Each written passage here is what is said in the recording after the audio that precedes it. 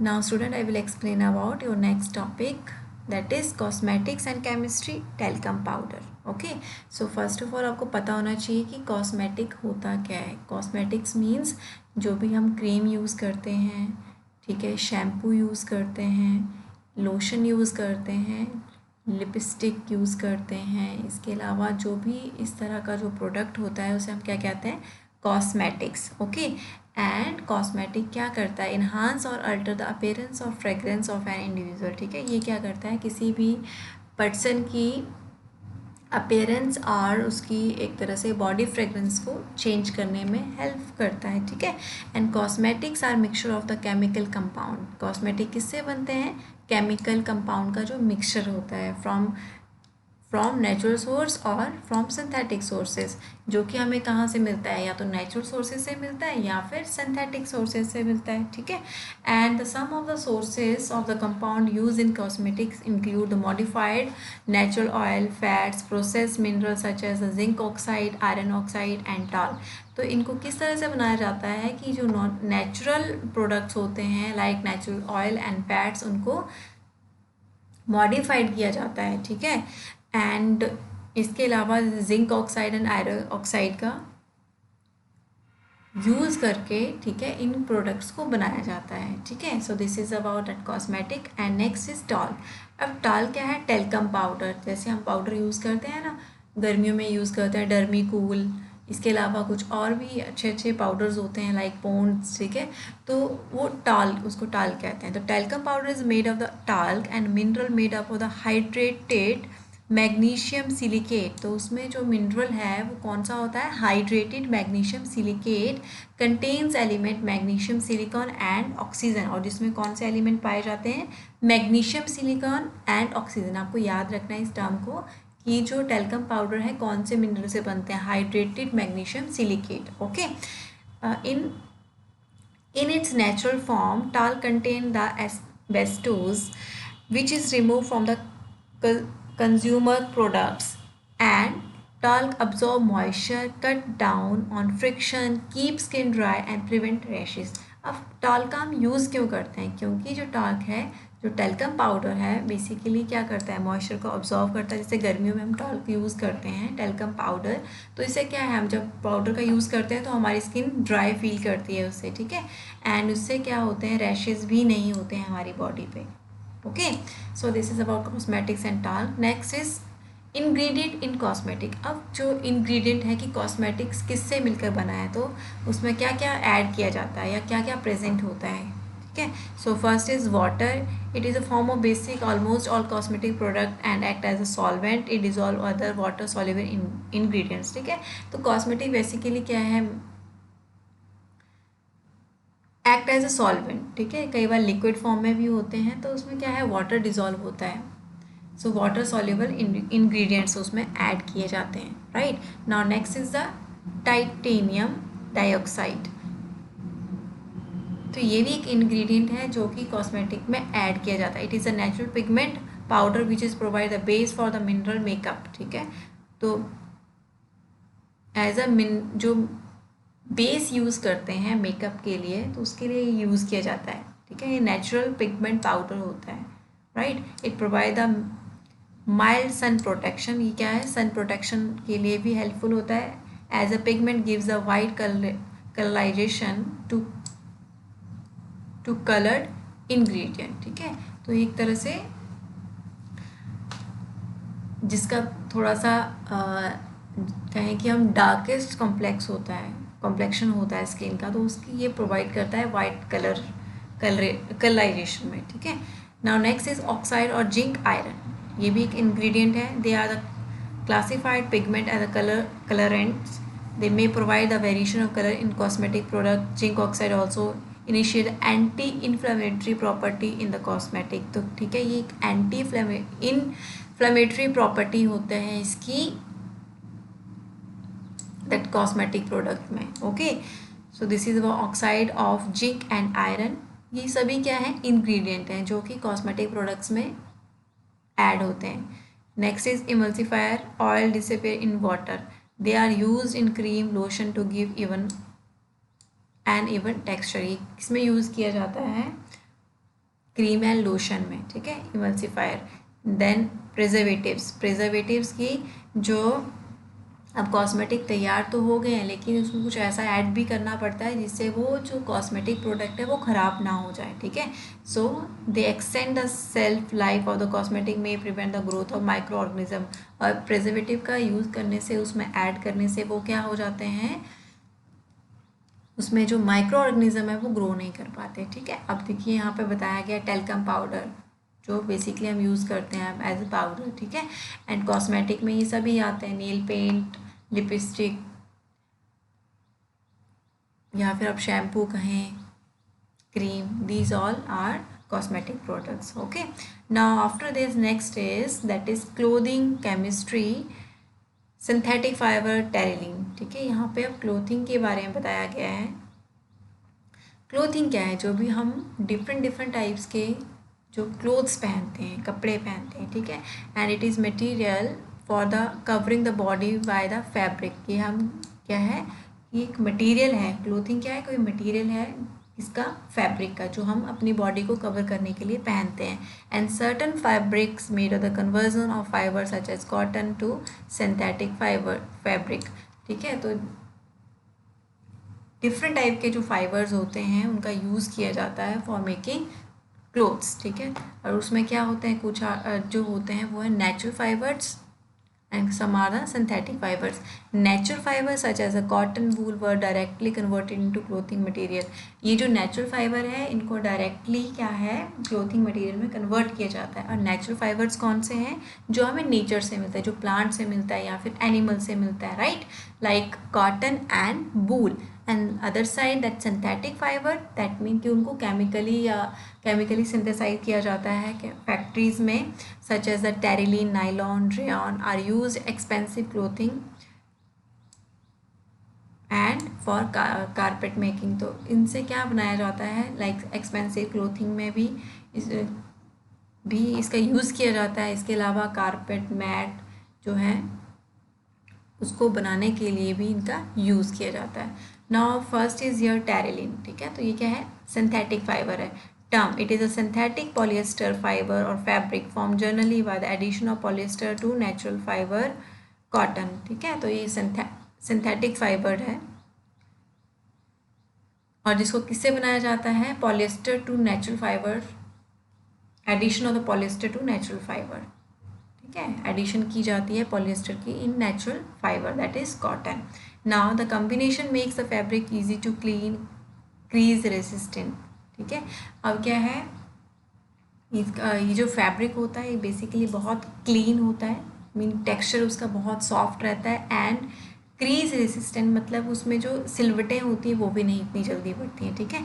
Properties क्या है इसकी, स्ट्रॉन्ग फाइबर होता है fabric, sorry, and elastic in nature, resistant to friction, suffer little loss of strength. इसकी जो स्ट्रेंथ है मतलब जल्दी ड्यूरेबिलिटी होती है, काफ़ी टाइम तक ये जो फैब्रिक है चलता है, ठीक है। क्रीज रेजिस्टेंट है, जल्दी से सिलवटें नहीं बढ़ती हैं, ईजिली वॉशेबल, ड्राई क्विकली, ठीक है, जल्दी से इसको वॉश किया जा सकता है, सूख भी जल्दी जाता है। So these are some properties of that terylene, okay. Now use क्या है इन फैशन गारमेंट फैब्रिक्स, ठीक है, जो भी फैशन गारमेंट्स होते हैं, पार्टी वेयर क्लोथ्स होते हैं, उसके लिए यूज़ किया जाता है। In non woven carpet, rain coat, sails, ठीक है। तो कारपेट मेकिंग के लिए भी इसको यूज़ किया जाता है, रेन कोट, सेल्स के लिए बेसिकली टेरिलीन जो फैब्रिक है उसका यूज़ किया जाता है। In making the net, rope, hoses, इन सभी चीज़ों के लिए टेरिलीन का यूज़ किया जाता है for making purpose, right. Now next is the other synthetic fabrics include. अब इसके अलावा टेरिलीन के अलावा कुछ और भी सिंथेटिक फैब्रिक्स हैं, and that is that rayon, generated cellulose fabric used in, cellulose से बनता है ये फैब्रिक, ठीक है, सेलुलिक फाइबर है ये। इसका यूज़ किसके लिए किया जाता है, carpet when the blended with wool and bedsheet when blended with cotton, ठीक है। तो इसके लिए इनको यूज़ किया जाए कारपेट मेकिंग के लिए, बेडशीट बनाने के लिए, ठीक है। So this is about rayon. Then nylon and artificial synthetic fibre, ये भी क्या है, आर्टिफिशियल सिंथेटिक फाइबर है। यूज़ कहाँ किया जाता है, fabric, rope, brushes, hooks, etcetera, तो इनके लिए इनका यूज़ किया जाता है। ये देखिए टेरिलीन ड्रॉप है, यहाँ पे टेरिलीन फैब्रिक है, ठीक है। So after this next is the chemicals as medicine, aspirin and paracetamol, ठीक है। अब केमिकल्स एज, अब देखो केमिस्ट्री का रोल मेडिसिन फॉर्मेशन में भी होता है, ठीक है। अब मेडिसिन क्या है, मेडिसिन मीन्स कि जो भी कई बार हम बीमार हो जाते हैं तो उस केस में जब हम अपनी ट्रीटमेंट करते हैं, ठीक है, या फिर हम जो भी मेडिसिन लेते हैं, ठीक है, लाइक हम सिरप फॉर्म में लें, लिक्विड फॉर्म में लें, या फिर हम टैबलेट फॉर्म में लें, तो हम उनको क्या कहेंगे, मेडिसिन, ठीक है। अब मेडिसिन क्या है, ए नेचुरल और synthetic substance which when taken in living body, ठीक है, जो लिविंग बॉडी है एक तरह से नेचुरल और सिंथेटिक सब्सटेंसेस से मिलकर बना होता है ये सब्सटेंस। तो इसको बेसिकली कब यूज़ करते हैं, ताकि हमारी बॉडी एक तरह से प्रॉपर फंक्शन करे एंड अपने आप को हम किससे प्रिवेंट कर सकें, प्रिवेंट और डिजीज, बीमारी से किसी बचा सके, ठीक है। Now chemistry allows the research to create the drugs which combat illness by interacting efficiently with the disease body, ठीक है। तो जो केमिस्ट्री में क्या है, बहुत सारी रिसर्च की जाती है और क्या बनाया जाती हैं, ड्रग्स बनाई जाती हैं, मेडिसिन बनाई जाती हैं, सो दैट कि जो कोई इल पर्सन है उसको एक तरह से उसकी बॉडी को ट्रीट किया जाए, उसको उस बीमारी से ठीक किया जाए, ठीक है। Once the promising molecule identify, chemistry is required to know which molecules prefer for which disease, ठीक है। और केमिस्ट्री में क्या है, एक तरह से लेबोरेटरी वर्क किया जाता है, केमिकल्स को ऐड किया जाता है कुछ, तो जिससे एक तरह से मेडिसिन को बनाया जाता है for curing that particular disease, okay. Now next is aspirin. अब एस्पिरिन क्या है, ये भी मेडिसिन का नेम है। It is a medicine to treat the pain and fever, inflammation, ठीक है। बेसिकली एस्पिरिन किसके लिए यूज़ की जाती है, जब कोई पेन हो रही है या फीवर या इन्फ्लामेशन हो रही है किसी पर्सन को, तो उसकी ट्रीटमेंट के लिए एस्पिरिन जो है मेडिसिन दी जाती है। Aspirin gives the shortly after the heart attack में डिक्रीज रिस्क ऑफ डेथ। कई बार ये एस्पिरिन जो है, अगर हार्ट अटैक जिनको आ जाता है एकदम से और उनको भी अगर दी जाए तो कई बार उनका जो रिस्क ऑफ डेथ है वो भी डिक्रीज हो जाता है, ठीक है। As long term use it may reduce blood clots in people who are the high risk and it is generally not recommended in children with infections and in the, ये मतलब एक छोटे बच्चों को नहीं प्रोवाइड की जाती, बेसिकली जो थोड़े से यंगर हों, ठीक है, या फिर जैसे अब 40 एज हो, उन्हीं को ये दी जाती है, ठीक है। और इससे क्या है, ये लॉन्ग टर्म यूज़ के लिए भी यूज़ किया जाता है एस्पिरिन मेडिसिन का, to reduce that blood clots in people जिनको बहुत हाई रिस्क होता है, जिनके ब्लड क्लॉटिंग के लिए। सो इसके जो साइड इफ़ेक्ट्स हैं, that is upset stomach, stomach ulcers, ठीक है। जो स्टमक है अपसेट रहता है, प्रॉपर वर्क नहीं करता है, ठीक है, और कई बार अल्सर फॉर्म हो जाता है स्टमक में, ठीक है, ड्यू टू एस्पिरिन मेडिसिन। जो ज़्यादा इसका इनटेक करते हैं, जो ज़्यादा इसको लेते हैं, उनको ये प्रॉब्लम हो सकती है। नाउ नेक्स्ट इज़ पैरासीटामोल, ठीक है, आपने जनरली सुना होगा पैरासीटामोल। ये भी मेडिसिन है to treat mild to moderate pain and fever, basically pain and fever के लिए ये दी जाती है। इट इज़ ऑल्सो भी use in the low back pain, headache, for the dental use. इसके अलावा कहाँ यूज़ किया जाता है, जिसको बैक एक है, हेड एक है एंड डेंटल यूज़, कई बार दांतों की ट्रीटमेंट के लिए भी इसको यूज़ किया जाता है। It may be sold in the combination of cold medication and it is safe to recommended doses but too high a dose may result in the liver problem। ये एक तरह से पैरासीटामोल डोज वेरी एक तरह से normal dose मानी जाती है, लेकिन अगर इसको किसी को हाई डोज इसका दी जाती है तो कई बार इस या फिर बहुत ज़्यादा इसका इनटेक करता है कोई पर्सन, ठीक है, तो उसको लीवर प्रॉब्लम भी हो सकती है, ठीक है। So after this some other medicine included antacid, sodium bicarbonate. Antacids जो बेसिकली यूज़ किया जाता है कई बार जो जिसका स्टमक एक तरह से अपसेट हो जाता है, ठीक है, तो एंड किसके लिए देता है? फॉर एसिडिटी हो जाती है एंड फॉर अपसेट स्टमक के लिए एंटासिड्स और सोडियम बाइकार्बोनेट का यूज़ किया जाता है, जैसे इनो हम टेक करते हैं, ठीक है। तो इस तरह के ये एंटासिड्स होते हैं। Now next is the iron supplements and vitamin B complex. अब ये आयरन सप्लीमेंट्स और विटामिन बी कॉम्प्लेक्स क्या है? ये तो एज ए मेडिसिन है, लेकिन किसके लिए यूज़ किया जाता है? फॉर अनीमिया, कि किसी की बॉडी में डेफिशिएंसी होगी रेड सेल की ब्लड में, तो उसकी ट्रीटमेंट के लिए ये दिया जाता है। क्या? Iron supplements and vitamin B complex for anaemia treatment. Now next is antibacterial for conjunctivitis. Conjunctivitis मतलब आइज़ में कई बार देखा आपने कि पिंपल टाइप का हो जाता है, ठीक है। तो that is conjunctivitis and inflammation of the membrane covering the eye ball, जो कि एक हमारी जो आई बॉल के ऊपर जो आईलिड होती है उस पर कई बार वो जो पिंपल हो जाता है, ठीक है, उसकी ट्रीटमेंट के लिए एंटीबैक्टीरियल कई बार ये दी जाती हैं, ठीक है। So this is about some medicine. Now student, I will explain about that your next topic or this chapter, that is cleansing agents, soaps and detergents. Okay. Soaps and detergent सबको पता है घर पर यूज़ होता है।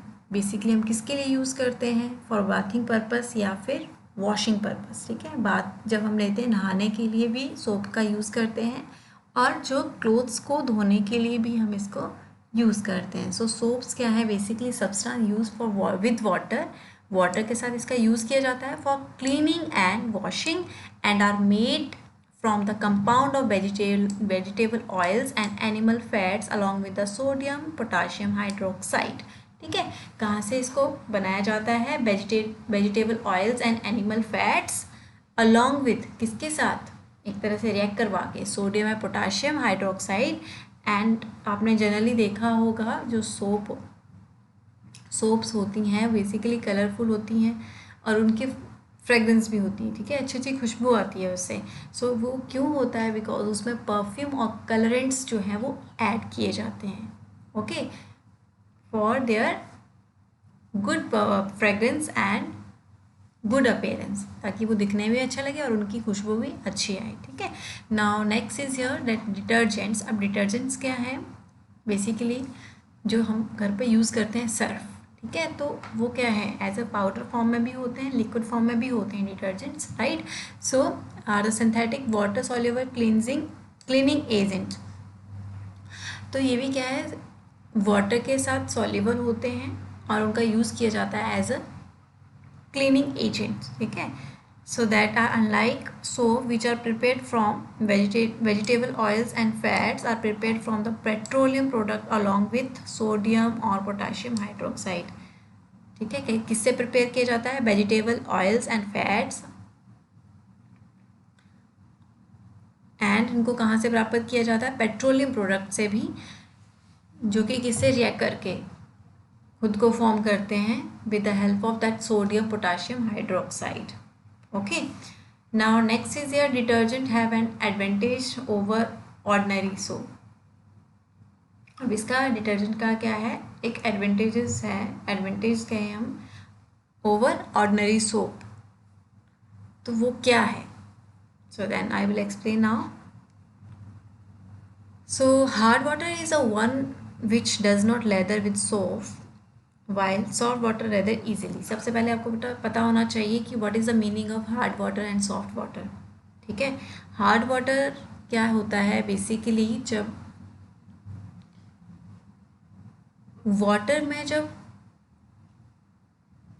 Calcium and magnesium की जो concentration है वो बढ़ जाती है, ठीक है, तो उससे क्या होता है? जो सॉफ्ट वाटर है वो कन्वर्ट हो जाता है हार्ड वाटर में। आप ऐसा मत सोचिएगा कि हार्ड वाटर जब हम टच करते हैं तो हार्ड लगता है, या जैसे आइस है तो एक वाटर फॉर्म है वो, तो हम उसको कहेंगे वो हार्ड वाटर है। नो, इट्स रॉन्ग, ठीक है। तो hard water and soft water में ये डिफरेंस है कि जब कैल्शियम और मैग्नीशियम की जो कंसनट्रेशन है सॉफ्ट वाटर में ज़्यादा हो जाती है, तो जिसके कारण क्या होता है? They convert into hard water, और जिसमें क्या है? एक तरह से लेदर फॉर्म नहीं होती है, जो झाग है वो पानी में नहीं बनती है, ठीक है। हार्ड वाटर में झाग नहीं बनती है, इवन जो सॉफ्ट वाटर है उसमें जल्दी बन जाती है, ठीक है।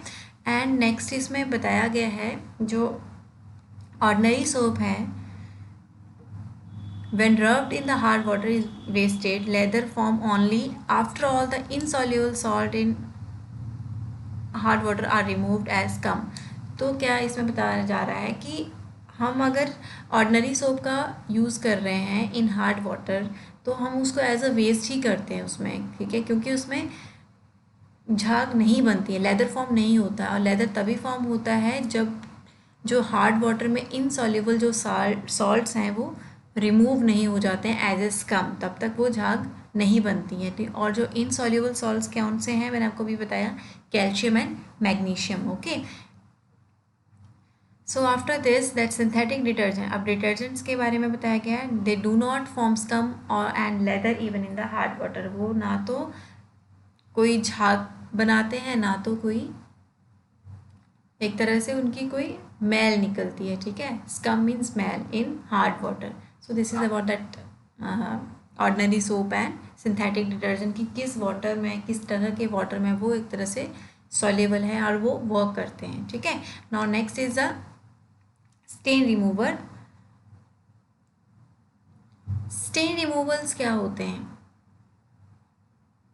कि कई बार क्या है आपने देखा है क्लोथ्स के ऊपर जो है दाग लग जाते हैं, कई बार चाय पीने से या कुछ हम कुछ ऐसा ईट कर लेते हैं तो उसके कारण क्या है स्टेन लग जाता है, तो उनको रिमूव करने के लिए हम किसका यूज़ करते हैं, स्टेन रिमूवर्स, ठीक है। So it is a process of removing a marks और stain left by one substance on a specific surface या फैब्रिक, किसी फैब्रिक के ऊपर जो भी स्टेन लग जाता है, ठीक है, तो उसको रिमूव करने के लिए हम बेसिकली इस प्रोसेस का यूज़ किया जाता है, स्टेन रिमूवल्स, ठीक है। And the most of stain are remove by the dissolving with a solvent. अब जो स्टेन बेसिकली कैसे रिमूव होते हैं, जब उनको किसी सॉल्वेंट के साथ मिक्सअप किया जाता है, ठीक है, उसमें डिजॉल्व किया जाता है। सॉल्वेंट मीन्स कोई लिक्विड सब्सटेंस, ठीक है। And now here some examples of the stain removers, कुछ स्टेन रिमूवर्स के एग्जांपल दिए गए हैं, ठीक है। फर्स्ट इसमें बताया गया है लेमन जूस। जो लेमन जूस है उसमें क्या प्रेजेंट होता है, सिट्रिक एसिड, ठीक है, जो एज अ वर्क करता है stain remover, okay. And hydrogen peroxide, ये भी क्या है, माइल्ड ब्लीचिंग एजेंट है, जो कि क्या है किसके लिए इफेक्टिव होता है, for removing stains. Now next is glycerine. Glycerine क्या है, soft and stain on wool, कि वूल के ऊपर जो वूल क्लोथ्स होते हैं, ठीक है, तो जो वूल फैब्रिक होता है उसमें से जो स्टेन होता है उसको रिमूव करने के लिए ग्लिसरीन का यूज़ किया जाता है। Then after sodium hydroxide it dissolve grease oil and it preferred as a drain cleaners, ठीक है। तो कई बार क्या है क्लोथ्स में ग्रीस या ऑयल लग जाती है तो उनको रिमूव करने के लिए एज इसको स्टेन रिमूवर यूज़ किया जाता है, sodium hydroxide. Now next is the boiling water. जो कई बार क्या है जो गर्म पानी है वो भी as a stain remover work करता है, ठीक है। It is soften fruit juices stain on fabric, मतलब कई बार होता है कि फ्रूट जूस जो है क्लोथ के ऊपर गिर जाता है जिससे स्टेन बन जाता है क्लोथ के ऊपर, तो उसको रिमूव करने के लिए बेसिकली हम बॉइलिंग वाटर का भी यूज़ कर सकते हैं, okay. So this is about that stain removers, okay.